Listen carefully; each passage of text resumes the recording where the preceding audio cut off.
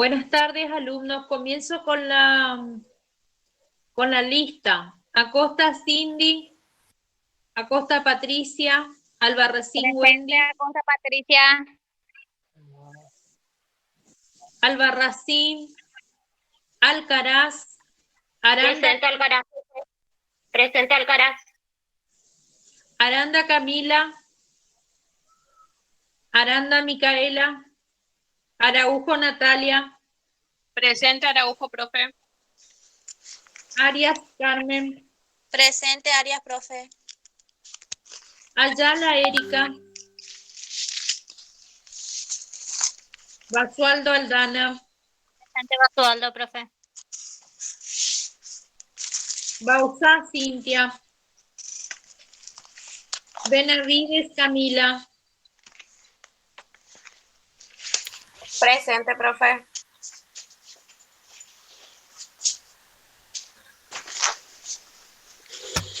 Bojanovic Sofía, Bonet Fabricio, Brizuela Nancy, Presente, Bonet, profe. Brizuela Nancy,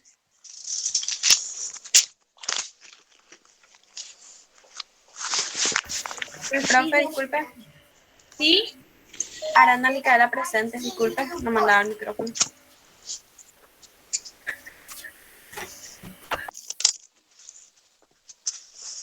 Brizuela Nancy, Castillo Macarena,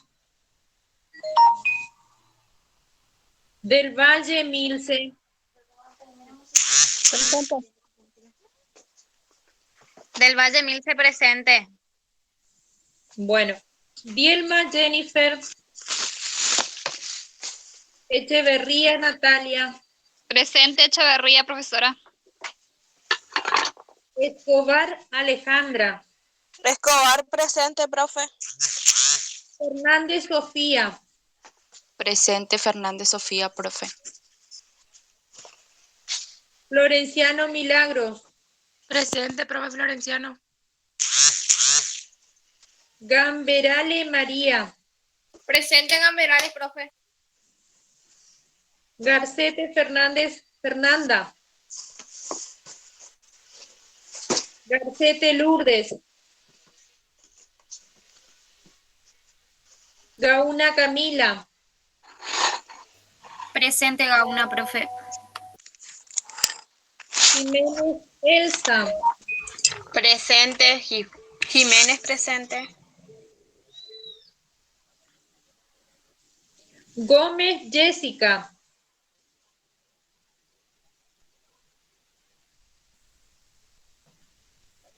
Grance Florencia, Presente, Grance Florencia.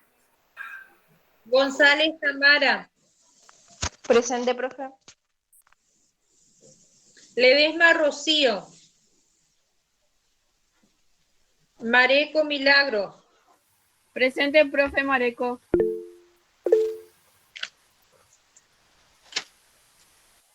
Profe, sí, ahí Ledesma le puso presente, creo que no le habla el micrófono. leí y le puse. Ah, bueno. Martínez María, Medina Malena, Medina Xiomara, Presente, Medina Molas Xiomara. Laura, Molas Laura, Molina Lorena, Morel Laura, Morel, presente, profe. Portellado Lucía, Portellado Milagros, Presente, Oviedo, Milagros. Oviedo María, Oviedo Mayra, presente, profesora.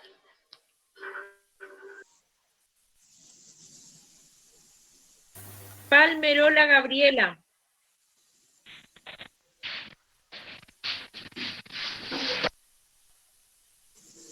Ponce de León, Presente, Beatriz. Ponce León.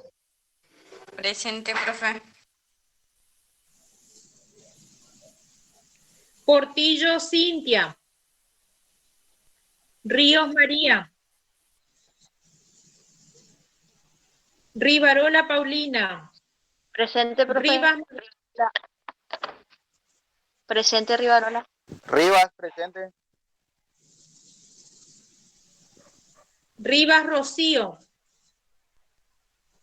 Presente Rivas Rocío, profe. Rodríguez Jerónimo. Presente Rodríguez. Presente, profe.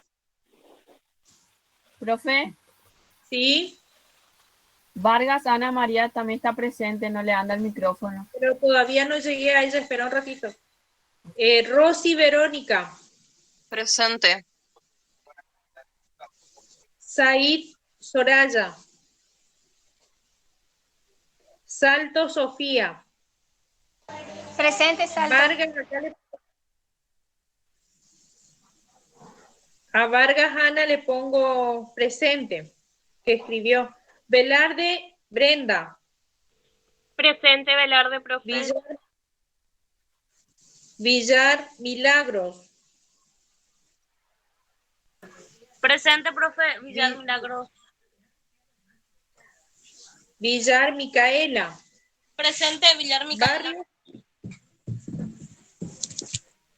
Barrios Jessica. Presente, profe Barrios. Sosa Noelia. Castillo Macarena. Liz Aguiar. Mendoza Sonia. Presente, Mendoza, profe. García Rocío. Figueroa María Soledad. Enríquez Dalia. Presente, Figueroa, profe. Ledesma Rocío.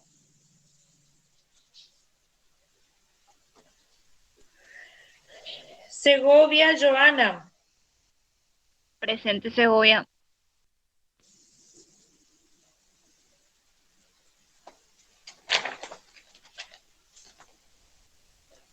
Acosta Cindy. Albarracín Wendy. Aranda Camila. Ayala Erika. Bojanovic Sofía. Brizuela Nancy. Castillo Macarena. Garcete Lourdes. Gómez Jessica. Martínez María. Medina Malena. Molas Laura. Presente Molas. Presente Molas.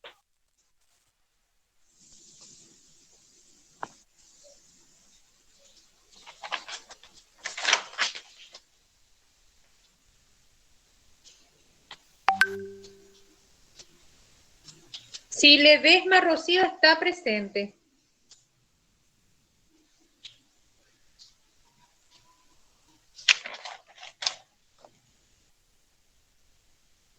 Profe, Dielma Jennifer también está presente, no le anda su micrófono.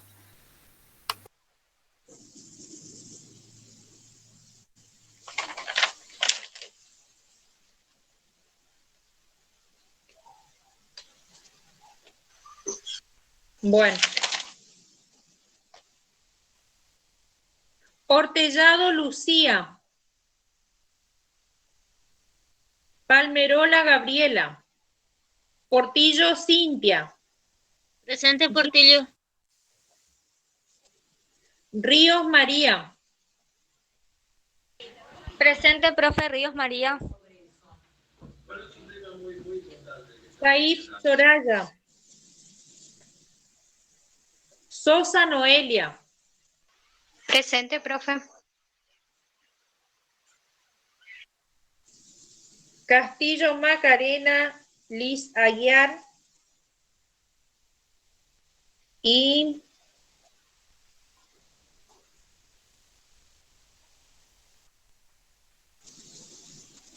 Garcete Fernández y del Valle acá.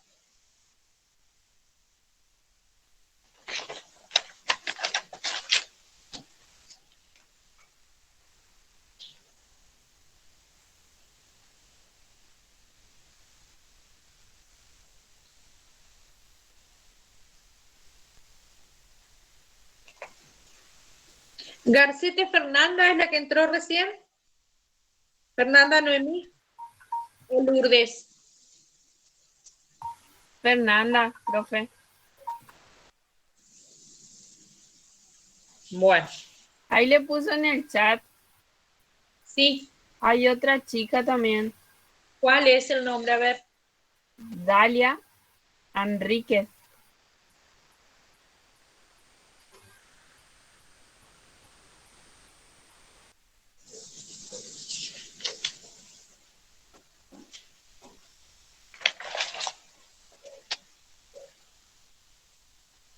¿Tiene presente? Le puse. Bueno, la clase pasada habíamos hablado sobre educación. ¿Puede ser?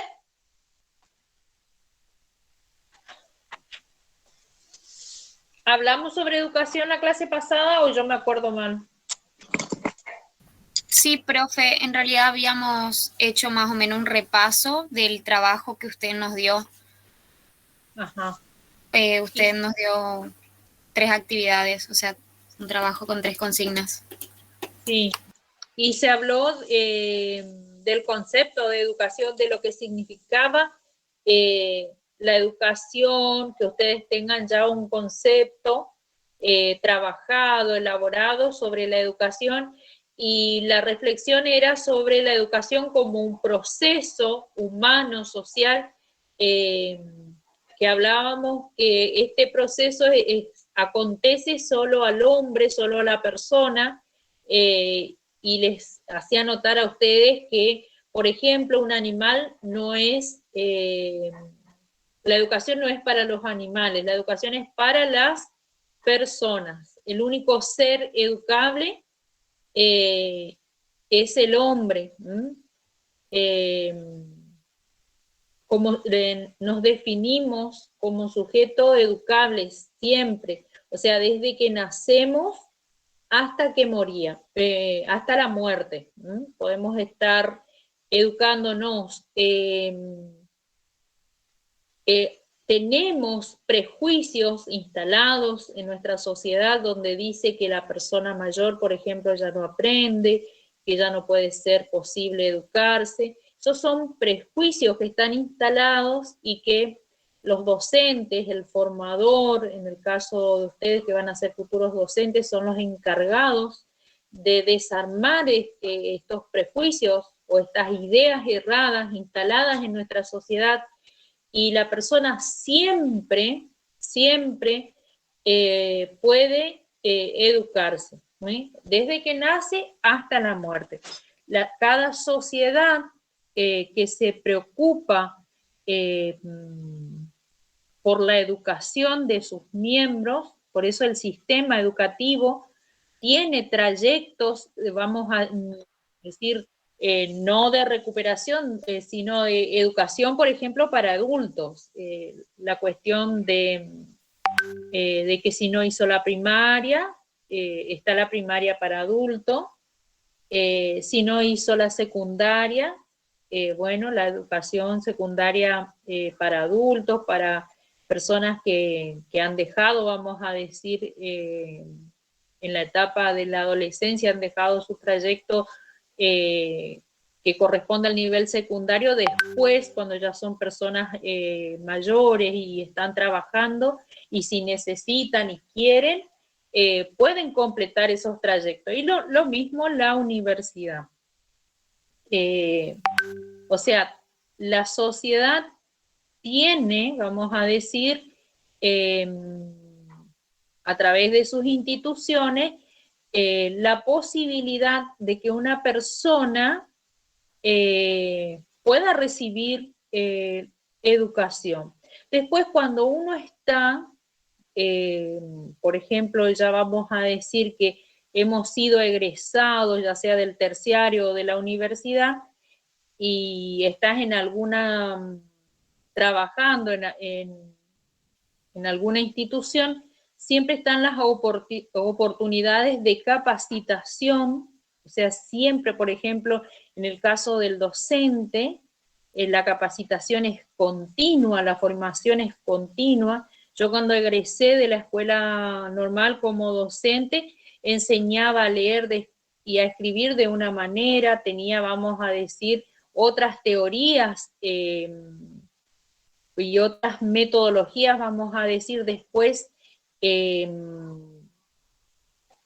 tuve que pasar por distintas etapas de capacitación, siempre estuvimos los docentes capacitándonos en distintos cursos para cambiar, para actualizar, porque el tema de la educación necesita una actualización permanente, o sea, la persona nunca va a dejar de estudiar, nunca va a dejar la educación de lado, o sea, siempre tenemos que estar educándonos. No es que, bueno, ya estudié todo y ya me dejo estar, no, la educación siempre necesita de más nosotros los que estamos al frente como docentes, enseñando, tenemos que estar actualizándonos y recibir distintas capacitaciones. Fíjense el tema ahora de las nuevas tecnologías, siempre nos decían eso que teníamos que tener una capacitación. Yo siempre rechacé, no quería saber ni aprender, no quería aprender ni a aprender una computadora, siempre me costó todo eso, y fíjense, ahora nos tuvimos que armar y lo mismo, quieras o no quieras, porque uno está trabajando y uno necesita el tema de las clases, no tenemos otra manera, solamente a través de internet, a través de la computadora, vamos a poder continuar con nuestras clases. Entonces, sí o sí, tenemos que tener una capacitación y el docente no puede cerrarse, vamos a decir, a aprender todas las herramientas que nos brinda la tecnología para que nosotros podamos desarrollar de la mejor manera nuestra tarea como docentes. Entonces, siempre tenemos que tener esa actitud de estudio, de capacitación, de actualización. Tenemos que asistir a los cursos de perfeccionamiento para nosotros enriquecer y seguir formándonos como profesionales. Entonces, vamos a decir, la educación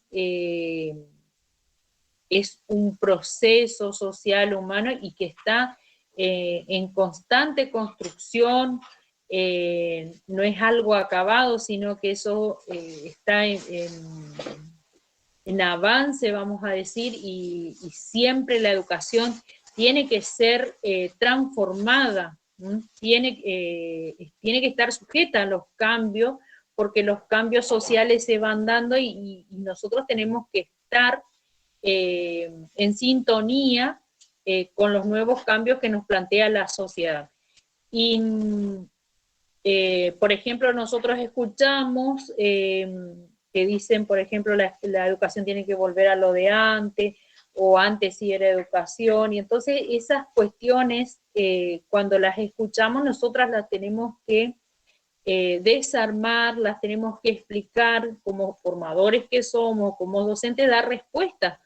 Que volver a lo de antes no se puede, porque la sociedad del pasado no es la actual, y la educación tiene ese rasgo de ser un adelanto a la sociedad, o sea, el docente que está trabajando, el que está enseñando a los niños o a los jóvenes, está preparando para una sociedad del futuro. Entonces no podemos nosotros rechazar los adelantos, rechazar las oportunidades o las advertencias o las amenazas que nos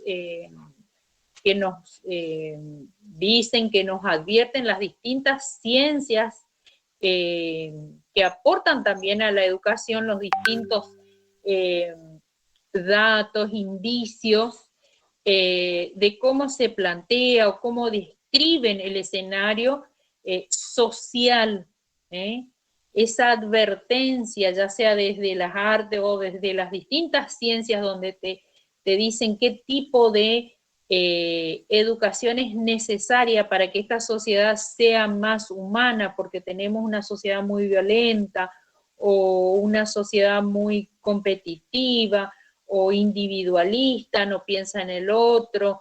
Se habla, por ejemplo, de la crisis de valores. La institución escuela tiene un compromiso con los valores de una sociedad. Hay un compromiso ético. La escuela tiene que trabajar en los valores. Entonces, si yo soy docente, a mí me enseñaron a enseñar a leer y a escribir, pero también tengo un compromiso con la dimensión ética, donde yo tengo un compromiso con los valores y que tengo que inculcar valores a mis estudiantes, y yo tengo que estar plantada en distintos valores y comprometerme con los valores que yo adhiero y ser, vamos a decir, ejemplo en lo que yo enseño y lo que inculco, manifestándome como un docente coherente.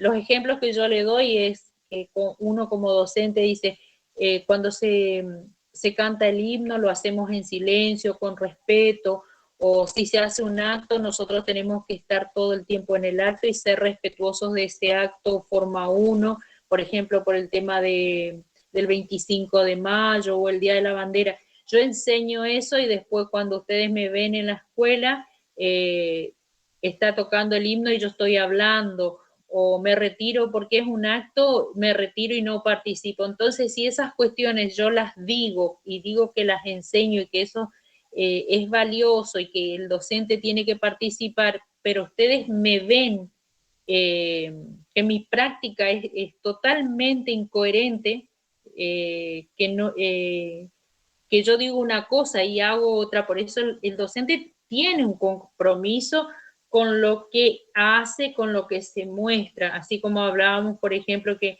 tienen que tener en cuenta la presentación. Ahora, por ejemplo, estamos desde la casa, pero cuando iniciamos las clases yo iba a la escuela y bueno, iba la regente, se acercaba la preceptora y en algún momento nos podían observar las clases o querían verlos a ustedes, y ustedes tenían que tener el uniforme. Hay cuestiones, vamos a decir, que nosotros siempre tenemos como docente que inculcar y mostrar y dar ejemplo. Y eso que yo digo y eso que yo enseño lo tengo que manifestar en mis obras. Yo tengo que ser una persona coherente. Lo mismo cuando desde la escuela, por ejemplo, te ponen un límite o te ponen una norma, todos los docentes tienen que comprometerse a cumplir con esa norma. Si le están pidiendo a los alumnos, también el docente tiene, por ejemplo, que cuando estábamos en clase, el gran dilema siempre era el tomar mate, si estaba permitido tomar mate, y bueno, y si la decisión de toda la escuela era que no se tome mate, bueno, todos los docentes tienen que respetar esa norma.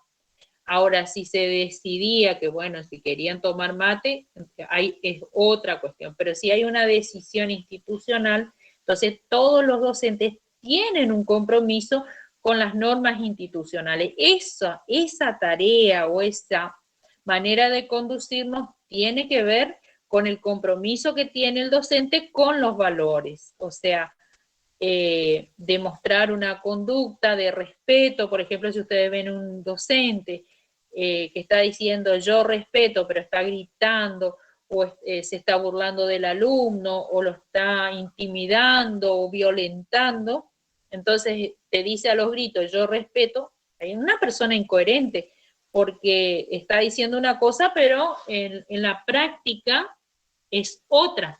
Entonces, la institución escuela tiene un compromiso, está comprometida con los valores. Bueno, esto es más o menos retomando lo que hablamos la clase pasada para que ustedes tengan una idea de que ustedes tienen que ir leyendo conceptos sobre una autora, lo que dice sobre la educación. Yo les doy una explicación, no es para que ustedes estudien lo que yo les digo, yo les doy una explicación, es una construcción personal mía sobre el concepto de educación que yo haya elegido. Por ejemplo, un autor que yo siempre, a la hora de definir educación y que yo acudo, es Paulo Freire, Adriana Puigros, o sea, son distintos autores que han definido lo que significa educación. Yo hice una lectura, hice una construcción siguiendo la línea de estos autores y para tratar de explicar lo que significa educación. Para mí, la educación tiene un compromiso de liberar conciencias, o sea, educar a la conciencia para que pueda esa persona, a través de la lectura, que la lectura y la escritura es la puerta a toda la cultura, a toda la sociedad, pueda ser liberado, ya sea a través del arte, a través de los distintos vamos a decir, lo que provee la sociedad del código cultural, pueda recrear, pueda ser creativo y pueda participar ampliamente en todo lo que le ofrece la sociedad y manifestarse como una persona educada, con actitudes propias de una persona educada y de un ser humano, luchando contra la violencia, adhiriendo siempre a la paz, a la solidaridad y a todos los valores. Bueno, eso es lo que tiene que ver en relación a educación. Y hoy yo quería que reflexionemos el sujeto de aprendizaje. ¿Cuál sería el sujeto de aprendizaje en la institución? ¿Cómo tiene que ser ese sujeto? ¿Y qué concepciones yo como docente tengo que manejar? ¿O qué autores me pueden, vamos a decir, dar líneas para que yo pueda definir cuál es el sujeto de aprendizaje? Así que hoy ustedes ponen la fecha y en la clase de hoy vamos a tratar de reflexionar sobre el sujeto de aprendizaje. ¿Qué idea tienen ustedes, a ver, de lo que quiere decir? ¿O quién es?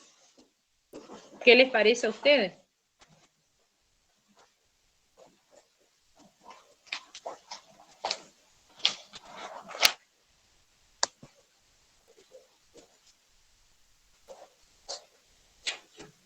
Buenas tardes, profe. Sí, buenas tardes, Morel. El sujeto de aprendizaje dentro de la institución educativa serían los alumnos. Uh-huh. ¿Y cuáles serían nuestras concepciones o nuestras ideas acerca de cómo es el alumno, quién es el alumno? Y se lo puede considerar de diferentes aspectos. Existen varias teorías acerca del alumno, de la manera en que aprende. Se toman en cuenta las edades, el proceso que va a llevar a cabo, que no es lo mismo para cada alumno. Cada alumno va a tener un proceso diferente de aprendizaje y hay que tener en cuenta todo eso a la hora de enseñar los contenidos. Muy bien, muy bien. El sujeto entonces de aprendizaje es el alumno. Alumno quiere decir A es sin luz. O sea, la palabra alumno responde a las teorías, vamos a decir, de la educación tradicional. Por eso ahora nosotros le decimos sujeto de educación, porque es aquella persona que es capaz de aprender, por eso le decimos también educando, que es capaz de ser educado.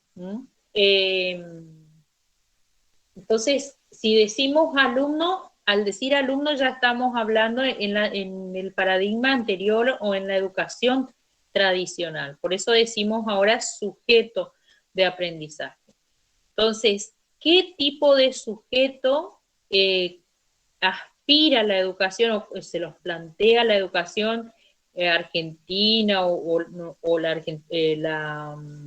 educación formoseña? Nosotros queremos que sean sujetos críticos, que sean activos, constructores de su aprendizaje, que ellos puedan ser ciudadanos el día de mañana, o sea, participativos.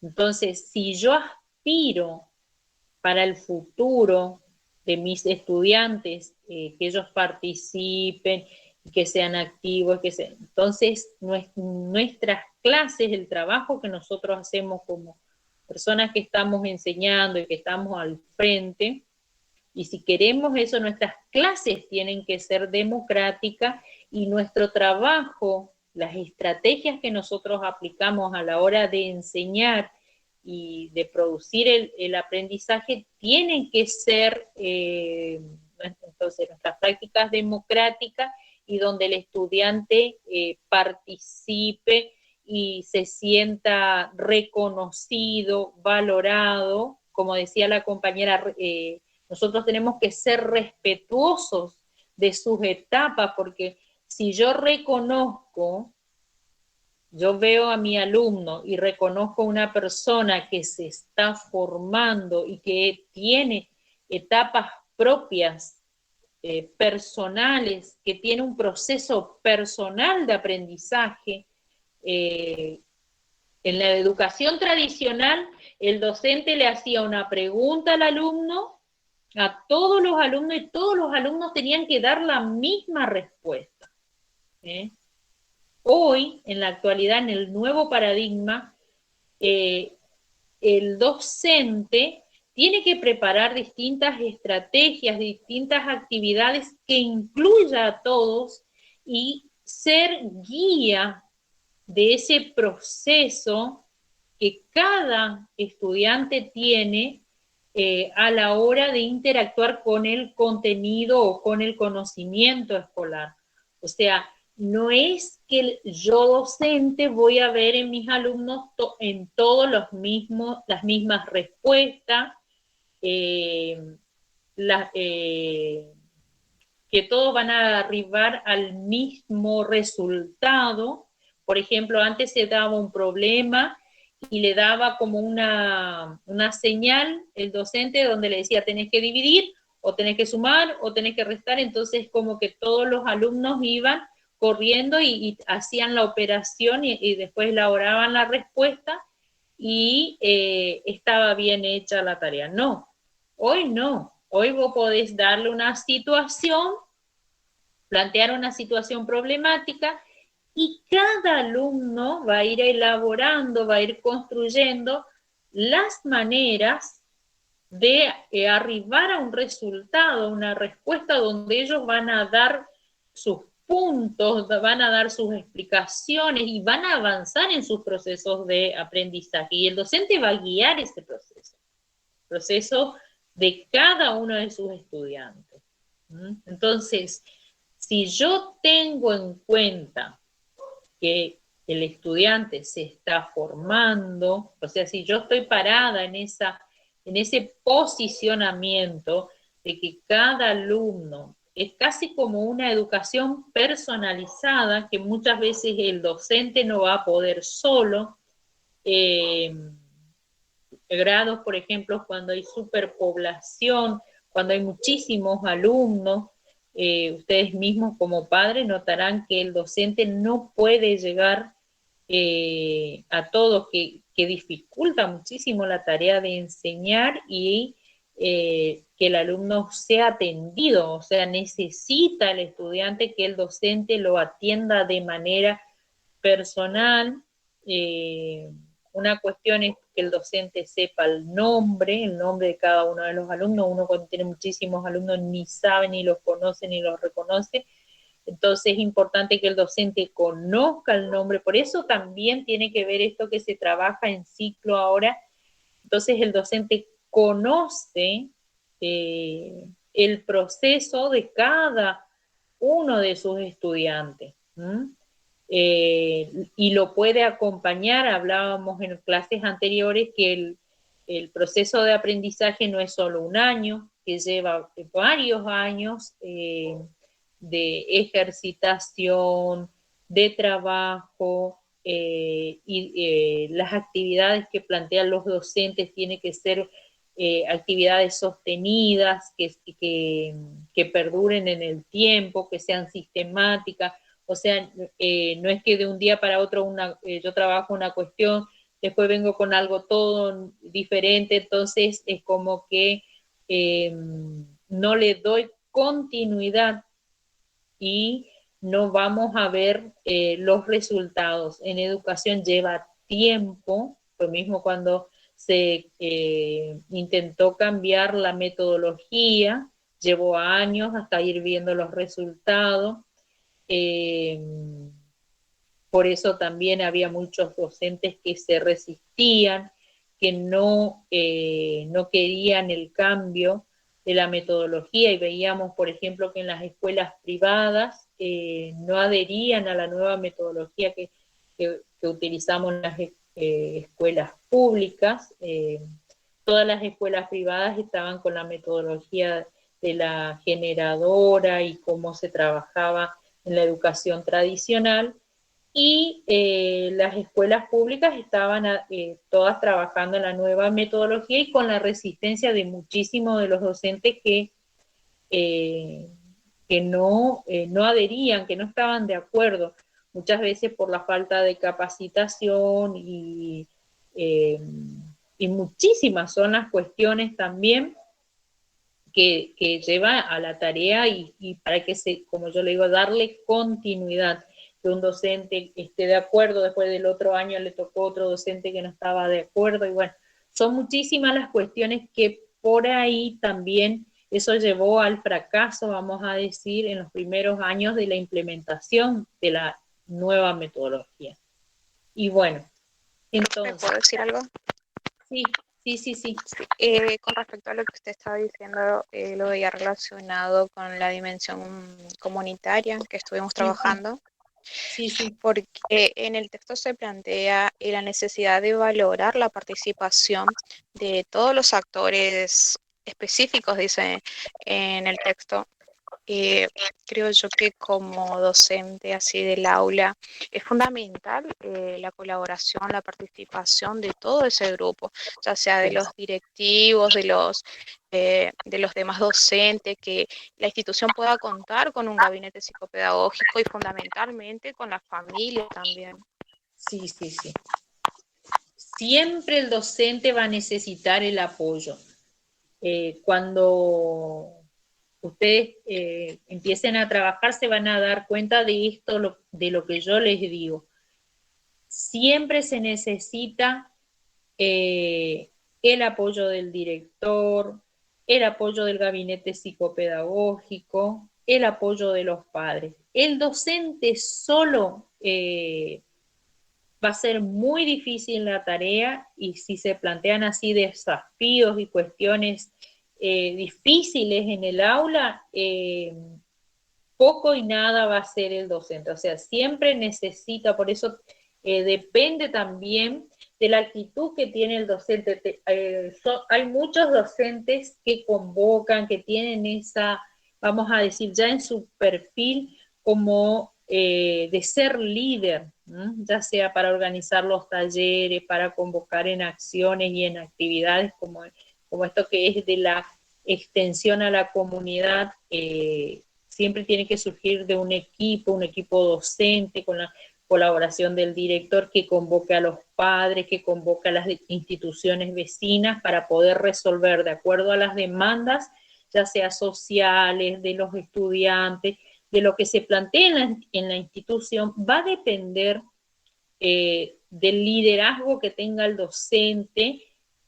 Por ahí quieren hacer algo, pero no convocan, nadie se identifica con ese docente, lo rechazan, es discriminado, o sea, pasa de todo, porque somos seres humanos. Entonces, si no participan, si no acompañan, el docente solo, poco y nada va a hacer ante las cuestiones que se nos presentan. Puede ser de aprendizaje,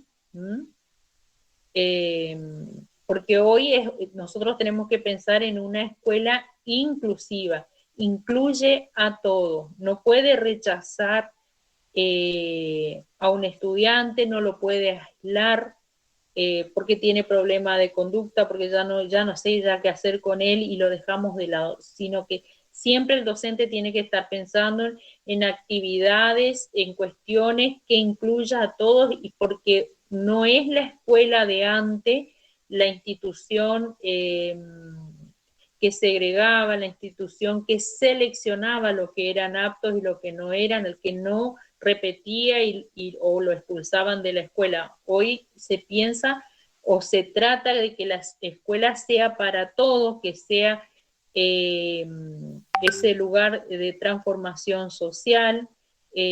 Muchos estudiantes que vienen de hogares que están empobrecidos, desmembrados, niños que están en situación de calle, ya sea la escuela primaria o la escuela secundaria, es la única oportunidad que van a tener ellos de entrar en contacto con el conocimiento como un bien social. Como yo le decía, la lectura es la puerta abierta a todo el código, a todo lo que como cultura nos transmitimos. Entonces, ese niño es la única oportunidad que va a tener de escuchar el tema del folclore, de nuestra tradición, de las cuestiones que tienen que ver con nuestra cultura, de saber de nuestra historia, de nuestros símbolos, de lo que es ser argentino, del sentido de pertenencia, porque tal vez después sale de la escuela y tiene que ir a trabajar.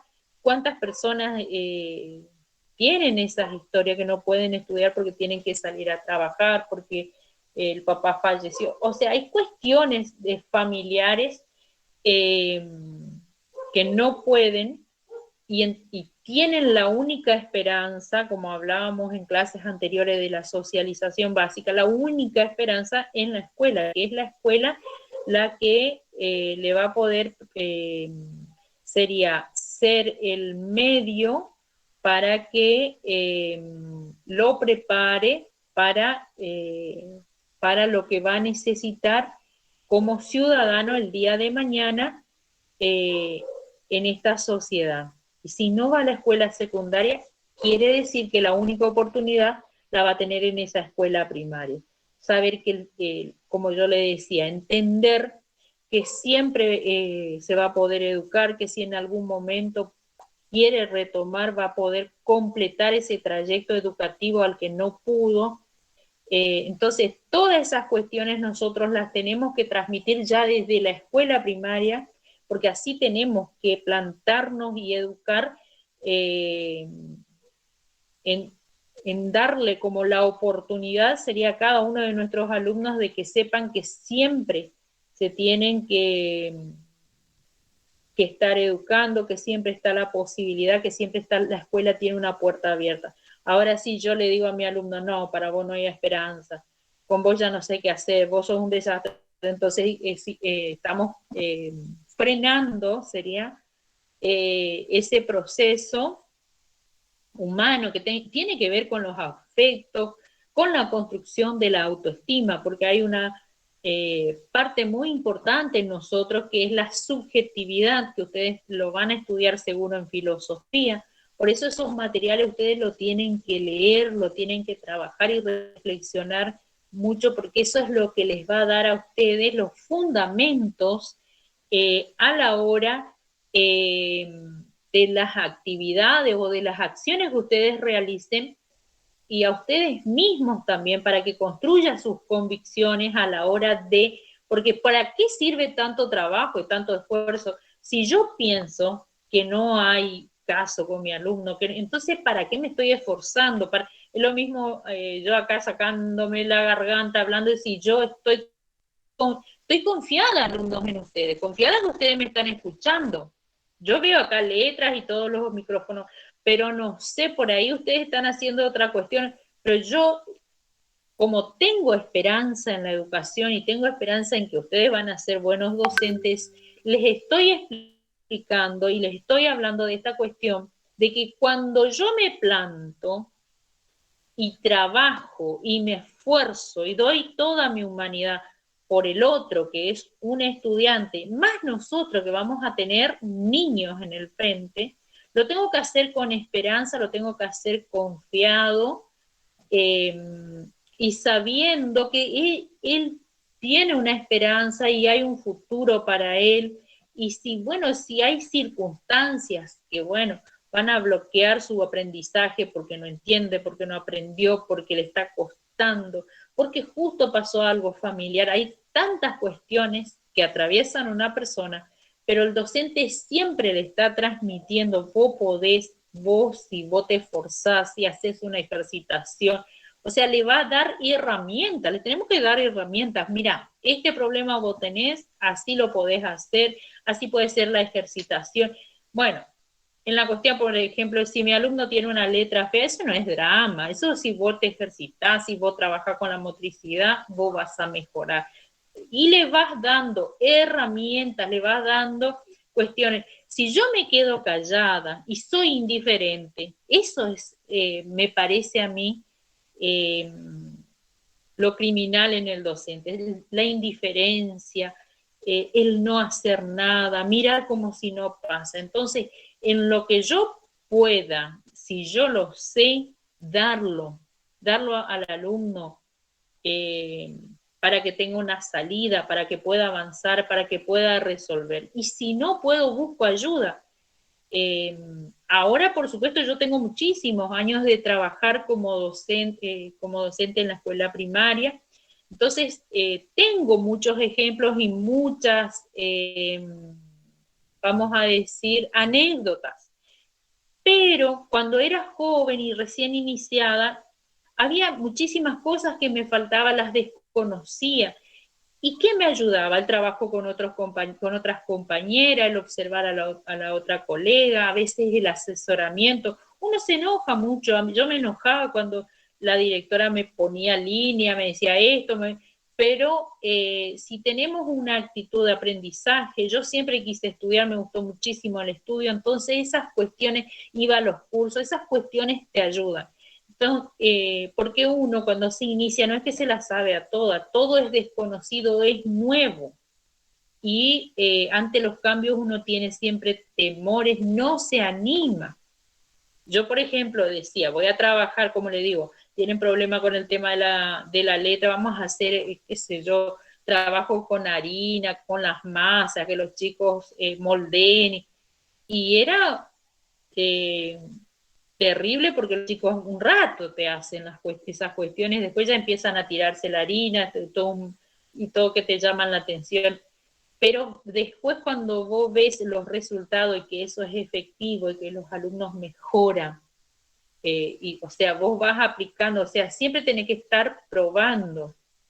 Y puede ser que no dé buenos resultados, pero uno después va experimentando y viendo el tema de las plastilinas, si le mejora o no, el tema de los juegos, si va a mejorar. Entonces vos ves los resultados, aprenden más con un juego que vos los tengas ahí trabajando, haciendo 10 veces una lectura, escribiendo. En un juego tienen un aprendizaje auténtico, un aprendizaje genuino, lo hacen ellos y se sienten bien porque lo entienden, porque la persona que aprende siente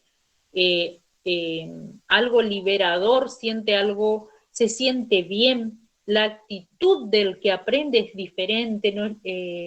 Fíjense la persona cuando le está costando, cuando tiene dificultades, es como una amargura, como un fracaso, pero el que sale bien o el que tiene un aprobado después de la evaluación, siente como una felicidad y el docente lo ve. Entonces es un triunfo que siente ese alumno y uno también se siente bien cuando vos ves que tu alumno alcanza sus objetivos y se siente bien y es feliz también, porque el aprendizaje no tiene que ser una experiencia violenta.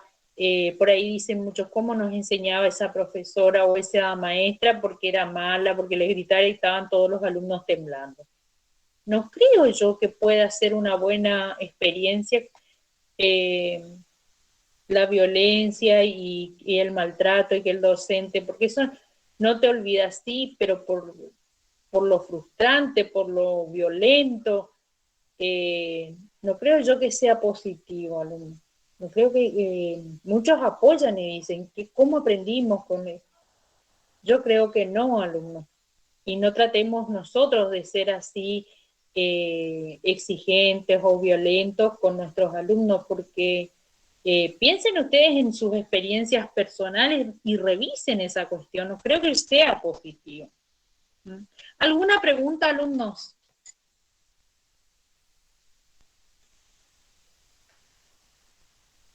¿Nadie tiene pregunta?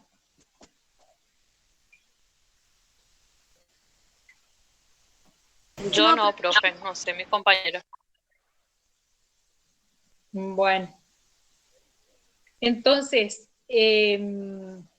estamos hoy reflexionando sobre el sujeto. El sujeto, el docente también es un sujeto el que enseña. El sujeto activo, constructor de sus aprendizajes. Activo porque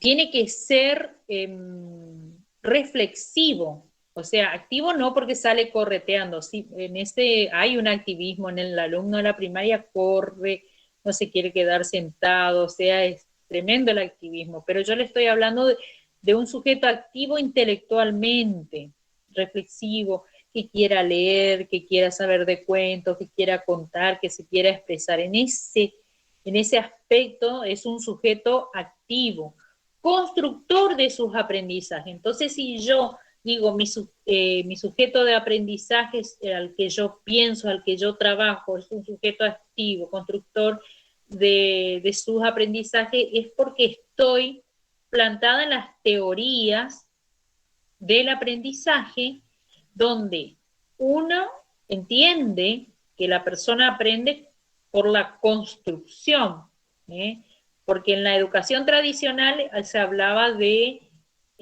un aprendizaje mecánico, memorístico, como yo le decía, todos tenían que dar la misma respuesta y al que la daba igual que como la decía el profesor, ese estaba bien. Se habla, Paulo Freire habla de una educación bancaria que el docente daba como, decía, como un depósito. Venía la mente esa vacía de ese alumno y el docente hacía un depósito, o sea, ya todo construido, ya todo le decía cómo era, todo procesado ya, el docente hacía un depósito y ese alumno tenía que repetir tal cual.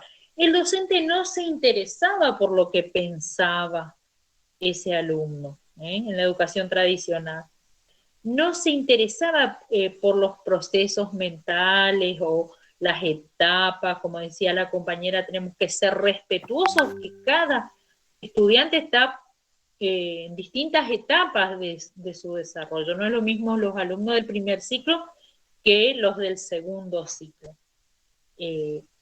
Los del primer ciclo van a ser más egocéntricos, las del segundo ciclo ya van a reconocer los grupos de pares, ya se van a manejar más en grupos, van a poder hacer actividades grupales, toda la cuestión es diferente. Si yo soy respetuosa de las etapas por las que pasa el estudiante, entonces, si yo soy respetuosa de las etapas cognitivas del estudiante es porque estoy sustentada por las teorías que hablan de que el niño tiene distintas etapas.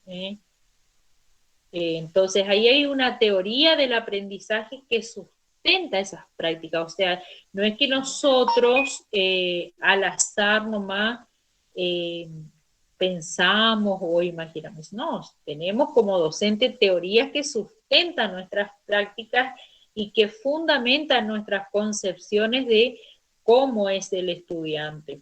Por eso yo le digo, lean, estudien el tema de filosofía, que es lo que les va a dar a ustedes material, discurso para esta cuestión, a la hora de que tomen ustedes decisiones, porque ustedes van a tener que tomar decisiones, porque no pueden ser docentes inseguros.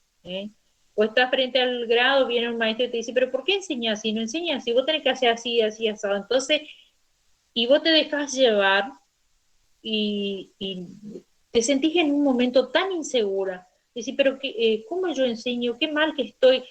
Entonces, vos tenés que tener decisiones como docente, tomar decisiones. Yo voy a enseñar así porque yo entiendo así, yo creo que así va a aprender. Entonces, esas decisiones que vos vas a tomar como docente, la que te va a dar los fundamentos, la que te va a dar,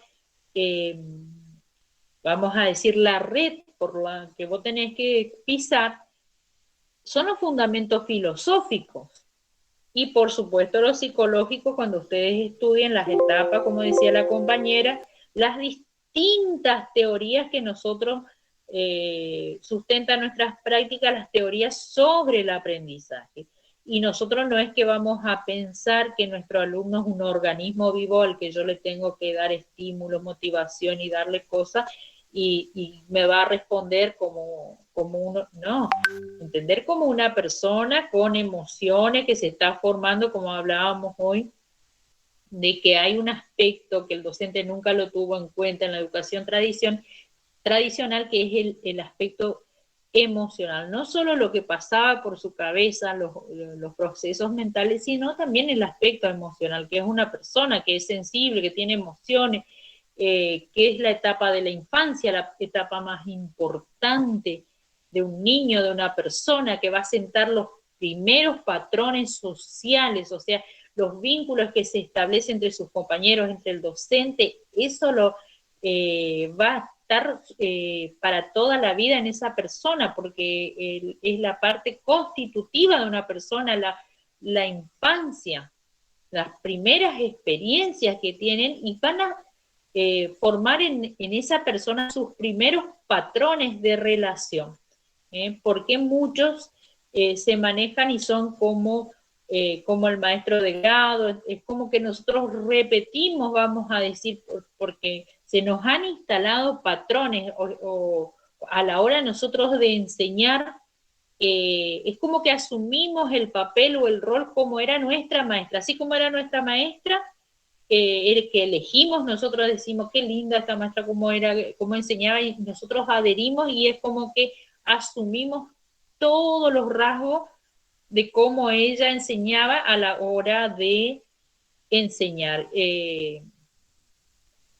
Muchas veces nos pasa como padres también, decimos, yo no voy a hacer como hace mi papá, yo no voy a hacer como... Y después hacemos lo mismo, nos vemos igual. Entonces, porque nosotros tenemos esos patrones instalados en nuestra personalidad y nosotros tenemos que desarmarlos, porque estamos entendiendo que así no tenemos que enseñar, que nosotros tenemos que escuchar al otro, que tenemos que ser respetuosos, respetar sus etapas, y así no nos enseñaron a nosotros no hemos sido educados así, entonces es muy difícil. Por eso, ¿quién es la que nos va a dar estos sustentos? ¿Quién es la que nos va a hacer reflexionar? En la filosofía, la psicología. Por eso la importancia de estas ciencias a la hora de que ustedes se planten y tomen sus decisiones de cuáles van a ser las estrategias o los métodos que ustedes van a llevar adelante el día que tengan que enseñar. ¿Está? Sí, profe. Bueno, si alguien se agregó, me avisa y nos vemos el próximo martes, ¿sí? Si alguien tiene una duda, ¿sí? Yo recién me pude, hace un rato ya me conecté, estaba sin internet. Allá, me pidieron. Profe Molina, también recién me conecté, profe, porque sabe que estaba con mucho dolor de cabeza y fue a la farmacia. bueno, Molina. espera un ratito que no estoy encontrando, no sé qué hice en mi lista. Voy a tener que anotar porque perdí mi lista.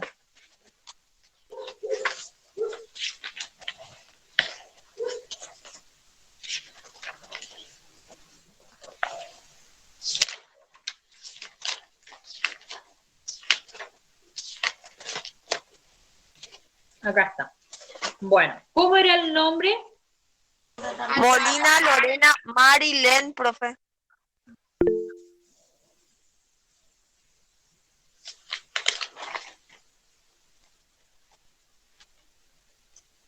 Sí, acá te pongo presente. ¿Quién más? Profe, sabe que Albarracín Wendy no pudo conectarse, ella porque tiene a su bebé enfermita, ella tiene una beba de 8 meses y está enfermita la bebé. Albarracín Wendy, profe. Bueno. Profe, ¿me puso presente?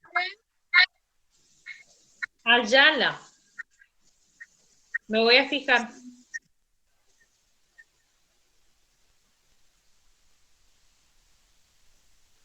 Acá te pongo presente. Ayala Fiorella. Sí. ¿Quién más? Profe, Dielma, Jennifer. Hoy se me tildó el celular cuando usted me nombró. Pero te puse. Sí, tenés presente. Bueno, profe. Hola. Nos vemos entonces el martes, ¿sí? Bueno, profe. Bueno, profe, hasta el martes. Hasta luego, profe. Hasta luego, profe. Hasta luego. Hasta luego, profe. Hasta luego. Hasta luego, profe. Hasta luego, alumnos.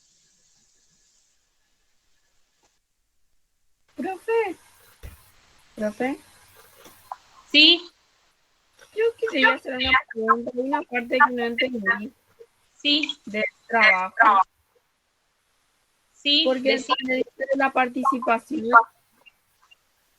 dice los niveles y forma de la participación. Sí. En la segunda forma de participación, en la activa o directa, dice en la gestión de la cosa pública. ¿Qué significa eso? ¿Qué significa esa cosa pública?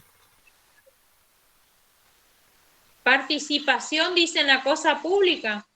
¿Así dice? No. Está en la parte del libro que están los niveles y formas de la participación. Ubico eso, pero... Y bueno, en la segunda forma de participación, dice en la última parte, la gestión de la cosa pública. O sea, dice, le leo completo. Sí. La segunda es activa o directa y supone la intervención del individuo en la gestión de la cosa pública. No te escuché bien, qué lástima. entiendo yo que la cosa pública es lo que tiene que ver con lo social, con lo que la educación es un servicio educativo a la comunidad social. Es pública la escuela. La escuela es Claro, una eso educación. pero como me perdí cuando dijo cosa pública. Porque vio que cosa es referirse a un... Puedo leer el texto y ahí me voy a dar cuenta. Tengo que leer el texto y ahí me voy a dar cuenta, pero la educación, por ejemplo, es un servicio que vos brindás a la comunidad. Nosotros, por ejemplo, docentes somos empleados del Estado. El director es también. O sea, vos sos parte del Estado. El Estado te contrata para que vos enseñes o estés en el cargo que estés. O sea, vos das respuesta a esa necesidad. Como un agente público, sos empleado público, sos empleado del Estado y brindás ese servicio. O sea, hay un compromiso con la sociedad. Entonces, la institución está dando respuesta a una necesidad social, a una necesidad pública, a la necesidad educativa, de educación. Porque si vos vas a la policía, vas por la seguridad. Acá en la escuela es por la educación. Entonces, el director no le puede cerrar la puerta a un papá. El papá tiene derecho, pero los directores le cierran. Por ahí, por algunas cuestiones, por la violencia, porque muchos padres le pegan al docente, le han pegado a otros alumnos, entonces, pero ese lugar es el derecho del papá, es el derecho del estudiante, el responsable es el director y los docentes. Ahí entonces, una institución cerrada, ¿verdad? Vos tenés que ver qué te hace sentir a vos que es o observar a vos que es cerrada, porque le cierra la puerta, o sea, porque se repliega, porque no atiende. Claro, porque usted me dice que instituciones son públicas, o sea, es el servicio a una comunidad. Todos tienen derecho. Está dando respuesta, pero porque esté cerrada la puerta no significa que la institución sea cerrada. Está cerrada por la seguridad. Es lo mismo que nosotros no cerremos la puerta acá en nuestra casa, nos van a entrar los ladrones, va a entrar un borracho, de todo va a pasar. Y si vos no haces una vereda, o sea, si vos no haces un alambrado o una muralla, el vecino se mete o pasa o no. Es así. Y eso pasa en la escuela, eso se traduce. Lo que pasa es que la casa es algo privado, la escuela es público. Ahí vos tenés que ver la diferencia en lo que atiende a lo público y a lo que atiende a lo privado, a lo personal. Ahí hay un encuentro entre el personal es el padre y el público es la escuela. La escuela es una institución representada por el Estado. ¿Sí? Como yo te decía, vos te vas a la policía, le querés denunciar a ese alumno, a esa docente. No, la denuncias a la escuela, al director, ¿entendés? Entonces, no es lo mismo algo privado que es algo público. Sí, ahora en el texto a qué se refiere, pero la cosa pública, la escuela es la respuesta a una necesidad educativa, a una demanda social, ¿sí? Y profe, sí. ¿Hablar, Cami? No, yo también le quería preguntar sobre ese punto, porque dice, el punto 2 dice, describir la participación que plantean las autoras. Nosotras hicimos en grupo, más o menos describimos, pero no sabemos si explayarnos o no.